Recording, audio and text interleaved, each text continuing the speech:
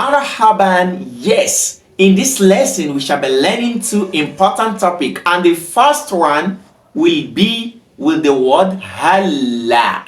The second, we shall learn it later, so stay tuned. This word halla, do you know this is a compound word, meaning it is composed, or it is made up of two distinct parts. The first word is the word hal, which is an interrogative particle for asking questions. Like when I say hal anta talibun, are you a student? I'm asking a question. Then the second part is the word la, which we know to mean a negative particle or sometimes a prohibitive particle. So these two words together has a rule guiding it. So the word halla, it is usually used by the speakers of the Arabic language. Now, whenever it is used, this word could either be used with a present tense verb, and this will give a different meaning, or you decide to use it with a past tense verb, which will also convey a different meaning. Let's come back. If you are using this word with a present tense verb, it is used for at-tahbid. What is that? Encouragement. To encourage someone to take an action in the present, because when you encourage somebody, you're encouraging the person to take an action presently or in the future. Now, this word could also be used with a past tense verb, and when this happens, it is used for atandim, which means reproach, to blame somebody of taking an action in the past.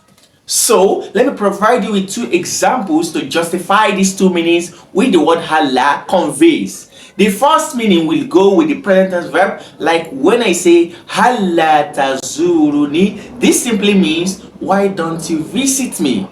Why not visit me? I'm simply encouraging you. Maybe you are telling me you are bored, and I say halla tazuruni. Wouldn't you visit me? Like I'm asking in a way of encouraging you to visit me. Now the second sentence will be with the past tense verb, and I will say halla jitahatta. Why did you not strive? Because your not striving has caused you a harm and put you in a difficult situation. So now I'm casting blame on you, and I'm reproaching you for not taking the action of striving. So I'm saying, shouldn't you strive? You should have strived. You won't have faced this problem. So the word halla is used in these two ways. Apart from the word halla, there are other words used for encouragement, like the word Allah or Allah, or even laula, or even lauma. When we get back to our book, we shall learn this in details, inshallah. Now I said we are discussing two topics. The second topic under this lesson will be the la. This la has different meanings. We've already learned that this single la could mean la anahia, which is a prohibitive la, to prohibit somebody from doing an action. Like when I say la tadhab, don't go, I'm prohibiting you. This same la could be used as la anafia, a negative la, to negate an action. Like when I say la adhabu, I am not going. This la has another meaning which we want to discuss today, and it is called la al-atifa, which is the conjunctive la. This la, it is used when you want to negate that what happens to the previous, or when you want to remove what you're about to say from the previous rule.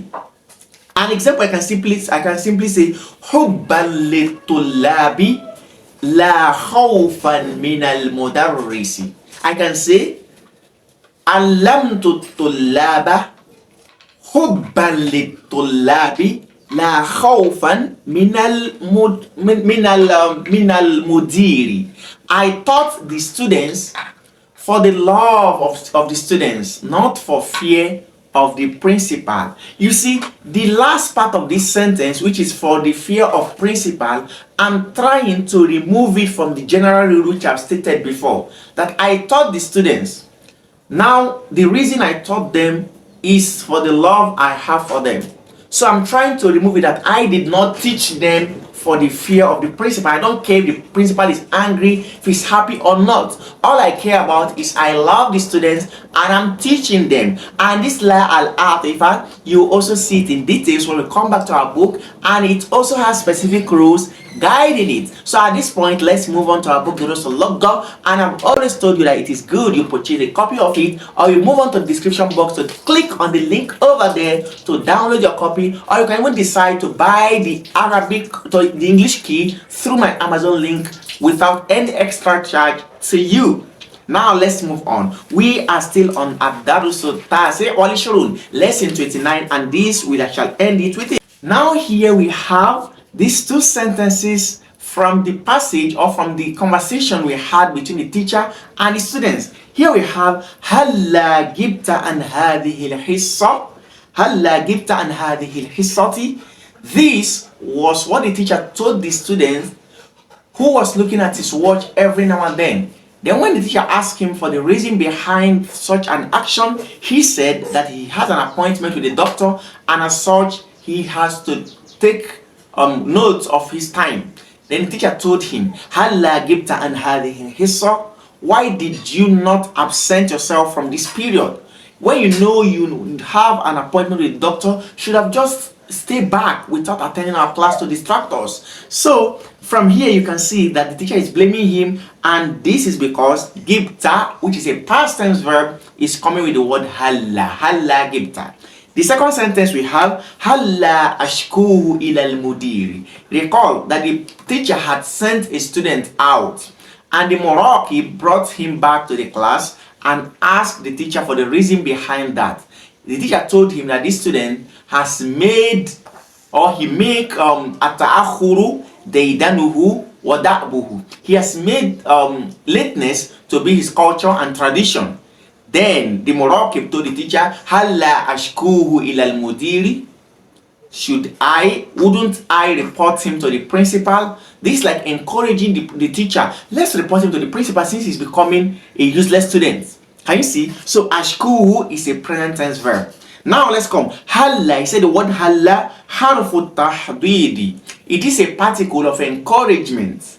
What tandimi, and a particle of reproach and blaming. إذا دخلت على المضارع. If this word halla is introduced into a present tense verb, فهي للحظ, then it will convey the meaning of encouragement. على العمل, encouragement to perform an action. An example, هلا تزورني? Wouldn't you visit me? وإذا دخلت على الماضي. However, if the word halla is introduced into a past tense verb, كانت لجعل الفاعل يندم على فوات الأمر. This is to make the performer of the action to regret over missing an action which he should have taken. Can you see? Now an example, هلا اجتهدت? Why did you not strive? You should have strived in the past. هناك أحرف أخرى للتحريض والتنديم. There are other particles for encouragement and also reproach. وهي, and they are alla, ala, lauma, and laula. Example, we have ala tatuba min dhambik. Ala tatuba min dhambik. Wouldn't you repent from your sin? Would you not repent from sinning? Can you see? MashaAllah. So here we have hati mufrad al-asma al-atiya. Mufrad al-asma al-atiya. You have to bring the singular form of the following words. The first one is asabi', which means fingers. The singular form is isba'. Sawa'iq, then we have sa'iqa. Junub, then we have what? Sawa'iq means thunderclaps. Sa'iqa means thunderclap. Junub, then we have jambun. Maduja, then we have sadaqatun. يدخل كل طالب دأبي وديدني في جملة. These two words, da'bun, da'bi, and daydani, you as a student you have to put it in a sentence. So I as a student will say قد أصبحت تقدم ديدني ودأبي أو دأبي وديدني. Coming forward has become my culture and tradition, has become a part of me. يدخل كل طالب هلا في جملتين تكون في الأولى للتحديد وفي الأخرى للتنديم. As a student, you are also to use the word halla in two sentences. In the first, use it to mean encouragement, and in the second for reproach. My own first sentence, I will simply say halla tadhhabu ila al-mudir. Wouldn't you go to the principal? Then the second sentence, I will say, Halla dhahabta ila al-mustashfa. Why did you not go to the hospital? MashaAllah. Now coming to the second topic, which is about la al-atifa. Here we have ragbatan fil ilmi, in love for the knowledge, in eagerness to learn. La raghbatan min al-imtihan, not out of fear of the examination. So هذه لا العاطفة, this la which is being used in this statement is called la al-atifa, the conjunctive la. ويعطف بها, and it is usually used to serve as conjunction لإخراج الثاني, to remove the second part of a statement مما دخل فيه الأول, from what the first part has entered into. The rule guiding the first part, you use this la to remove the second part from the sense in which the first part of the sentence is used. So when you say ragbatan fil ilmi, in seeking, it is in my eagerness, eagerness to learn. La raghbatan fil min al-imtihan, not out of fear of examination. So I'm simply saying I'm learning because I have that love and eagerness to learn, not out of fear. So the la, not out of fear of the examination. So وَشَرُطُ مَعْطُوفِهَا يَكُونَ مُفْرَدًا, and the rule guiding what will follow this la is that it must be a mufrad, a singular word, not what? A sentence. وَيَكُونُ بَعْدَ الْإِيجَابِ, and it must come after a positive sentence أو الأمر, or a command. An example, we said سافر بلال, Bilal traveled, لا محمد, not Muhammad. اشتريت الدجاجة مذبوحة, I bought a slaughtered chicken. La hayyatan, not a live chicken. Is'al al-mudira, ask the principal. La al-mudarrisa, not the teacher.